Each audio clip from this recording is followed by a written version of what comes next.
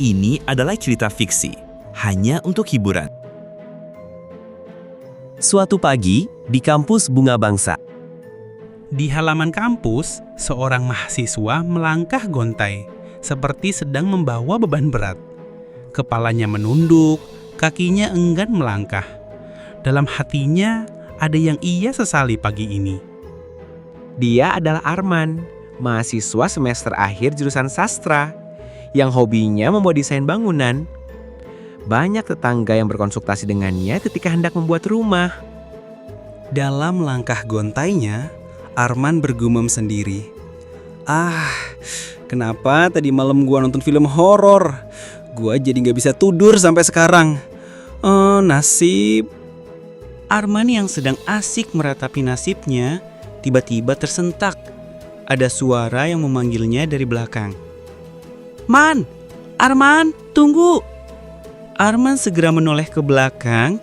Ternyata Ruri, teman sekelasnya, sedang melangkah tergesa-gesa menghampiri Arman.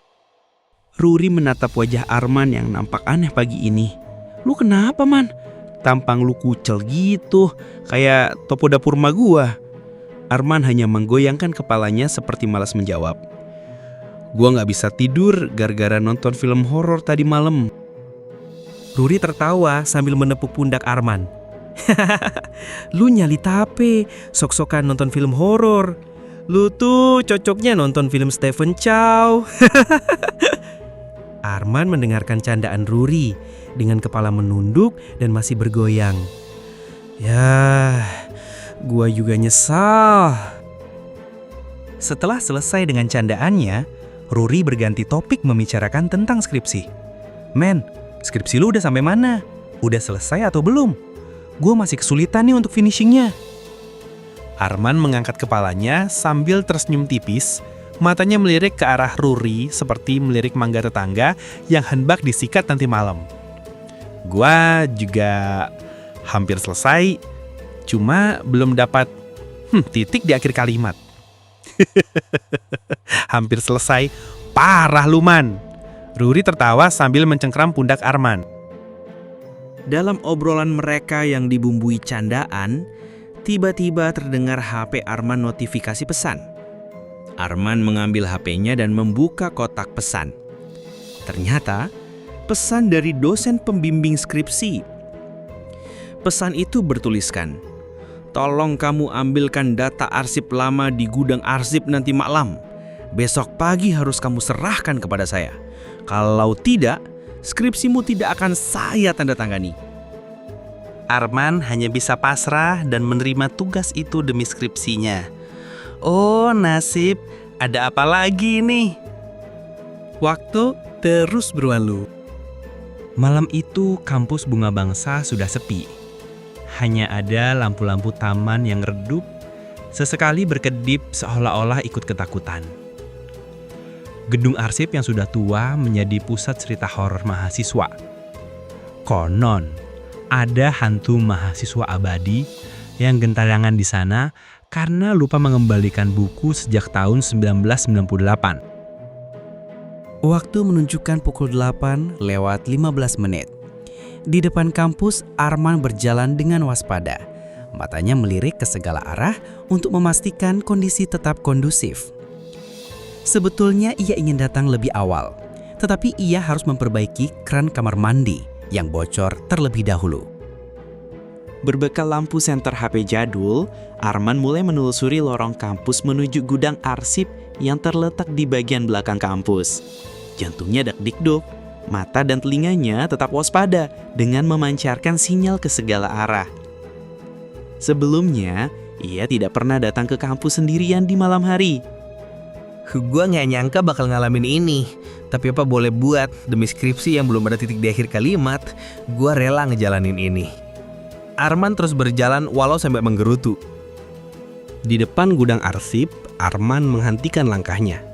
Ia menatap sekeliling area itu. Sangat sepi dengan lampu-lampu redup yang sudah lelah untuk bersinar. Apa gue yakin harus masuk ke gudang itu?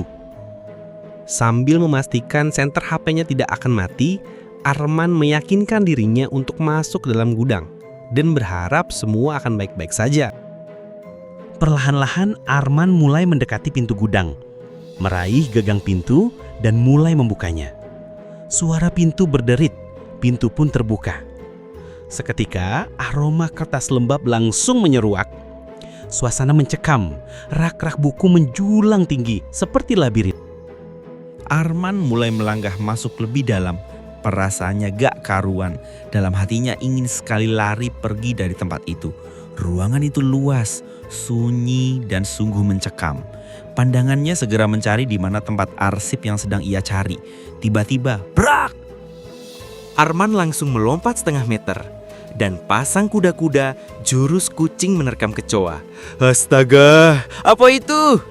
Sambil menatap ke arah suara itu berasal, Arman berkata untuk memastikan apa yang terjadi, sekaligus untuk membunuh rasa takutnya. Ia bergumam, jangan-jangan mahasiswa itu. Setelah ia selidiki dengan seksama, ternyata ada buku yang jatuh dari ujung rak arsip. Arman sedikit lega kemudian berjuang untuk menenangkan dirinya.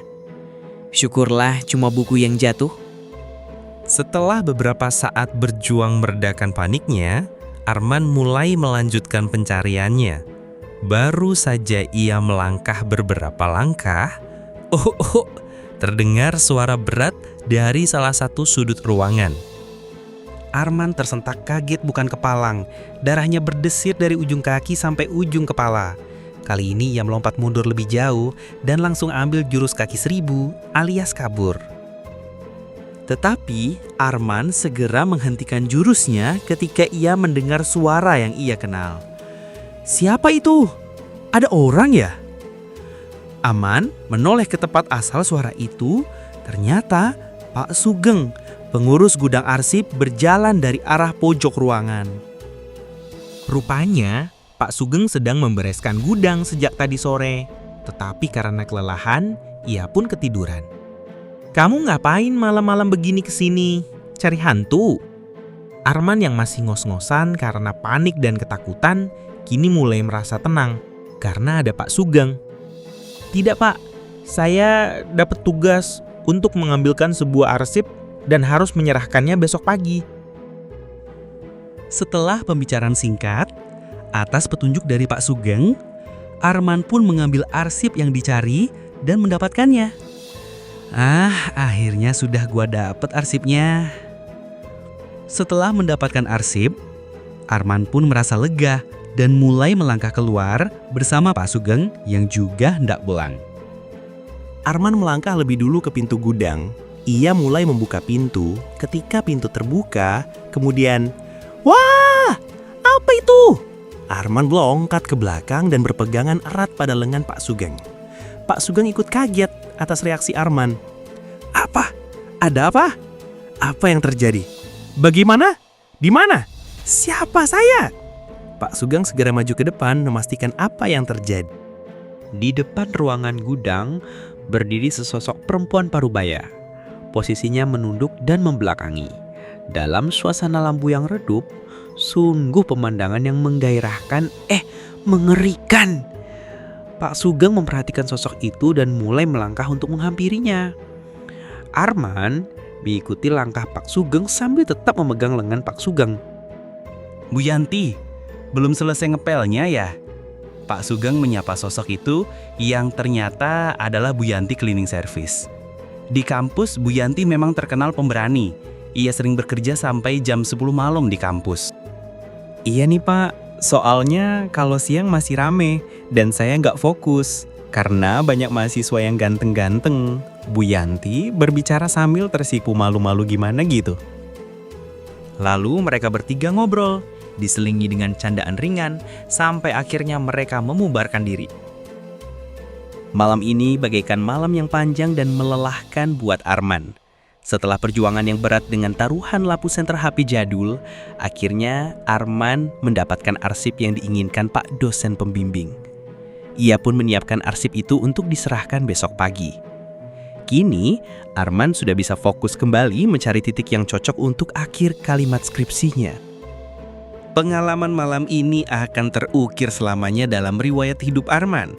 Akhirnya, ia pun mengambil kesimpulan bahwa tidak ada hantu yang lebih menyeramkan kecuali deadline skripsi.